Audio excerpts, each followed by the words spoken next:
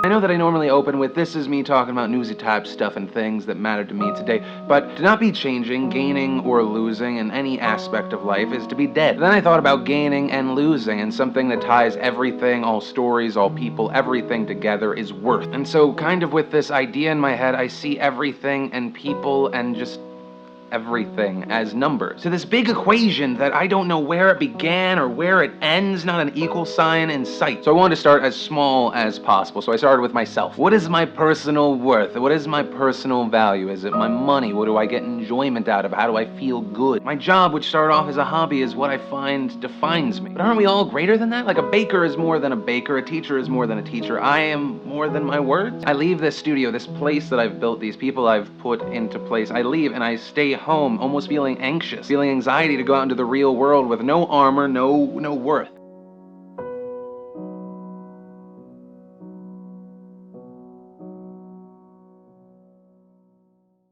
That Dragon Cancer is the first documentary game I've ever played. It's a hallway with many doors, and inside of each is an art gallery chronicling moments of love, anguish, and solace, and documenting grief, penitence, and hope, and windows to the inexplicable anxieties of living with cancer. This structure was built in the memory of Joel Green, the son of Ryan and Amy Green, who was diagnosed with a rare form of brain cancer at the age of 1 and subjected to a series of treatments that would crescendo at a terminal sentence. I guess I have imagined it. I've imagined it a lot, but not like this. It's different.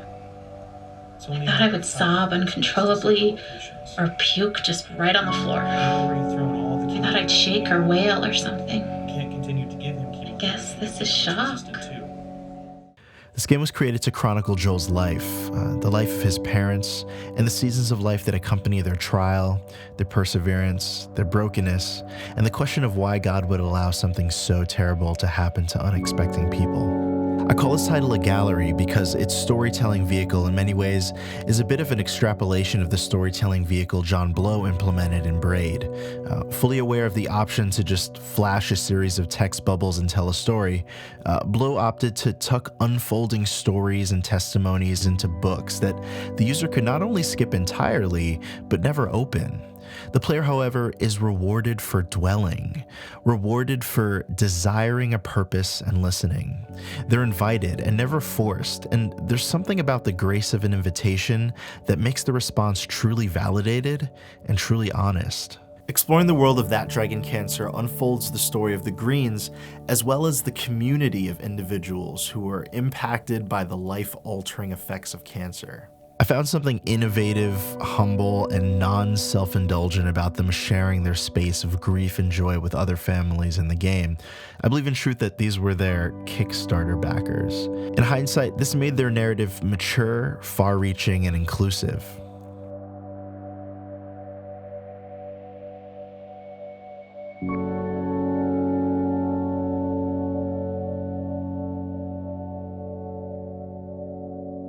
You realize pretty quickly when you're in the hospital that you're alone with 500 other families.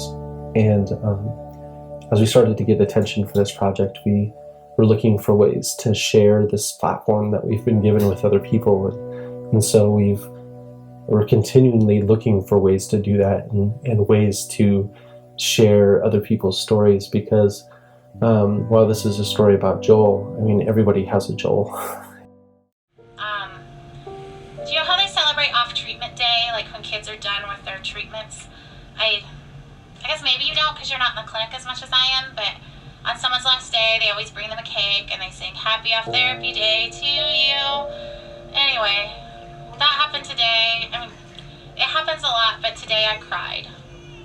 I just wanted that day so bad, you know? I just we're not ever gonna get that day. If he's better, we won't know that he's better. We don't get a day. Anyway, okay, call me if you can. There's probably traffic, so I could talk on my way home. All right, bye. I was pacing around in my office an hour after playing this, just racking my brain on what the win state of this thing was, and I arrived at the conclusion that the win state of that dragon cancer isn't getting to the end as fast and efficiently as possible. It's not even the ending. The win state isn't a twist or even a grand reveal of the character's true identity. You know everything you need to know about Joel, Ryan, and Amy, and that's not a spoiler. You learn this relatively early. What I found is that the win state is dwelling in their galleries of loss and gain, both during and after playing. Video games, unlike other mediums, allow you to linger in spaces. Looking back at the time that we spent with Joel, it wasn't what he said, or it wasn't the event that we remember. It's those spaces in between. It's him sitting on my lap. It's me being able to scratch his arm. It's playing with cups. It's all these little things. And I think video games allow you to rest in that space better than anything else. Empty. You are.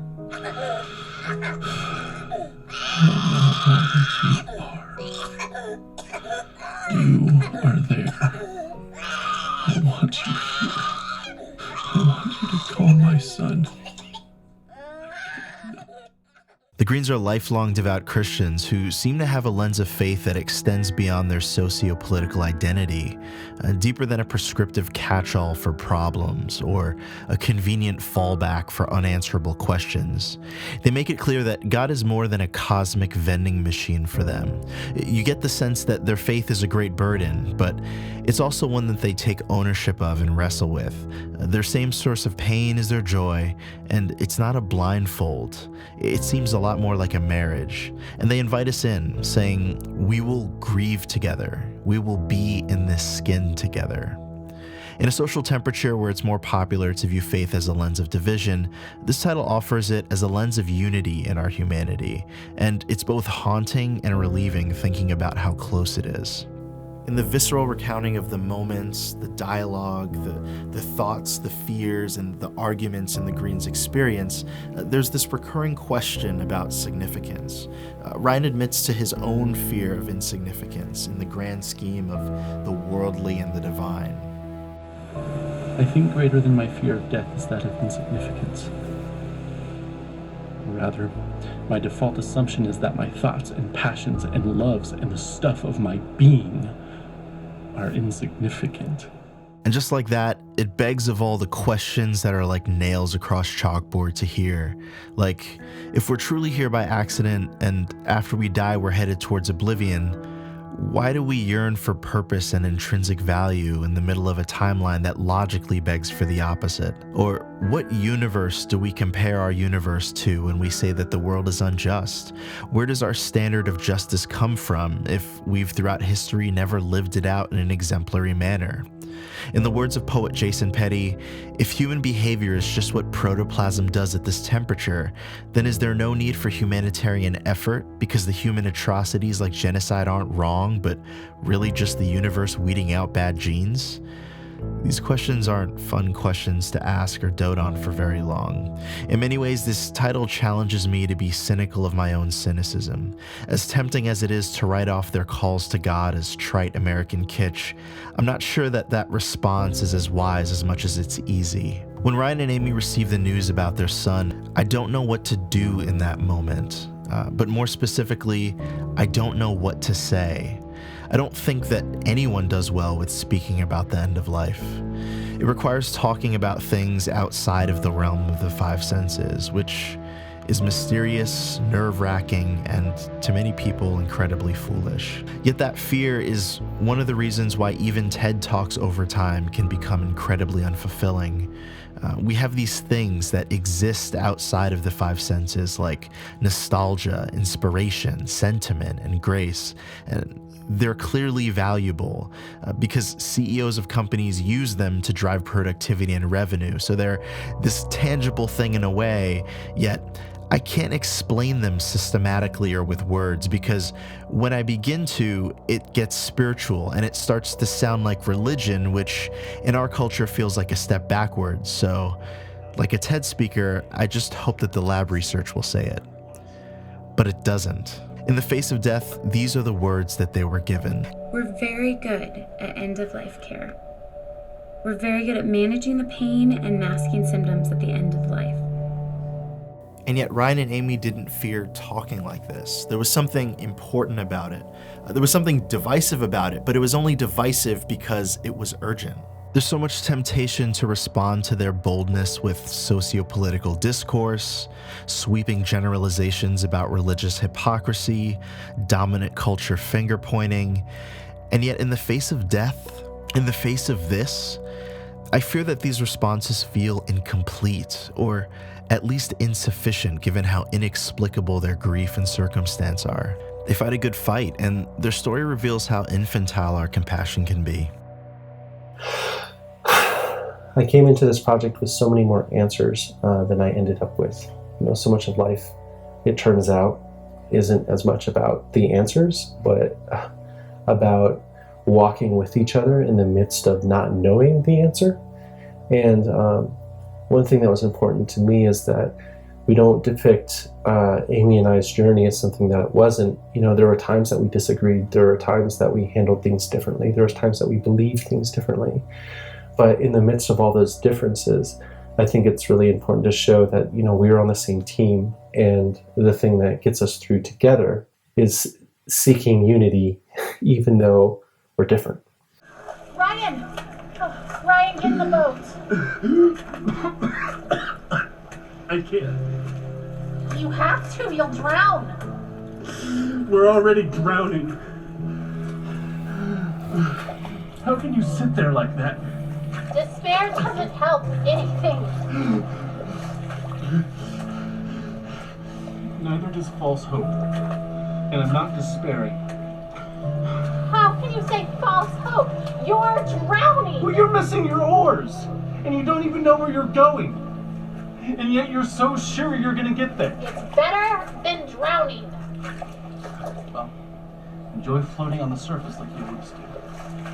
There's nothing deep about drowning. Just get in the boat. You have to let me feel this.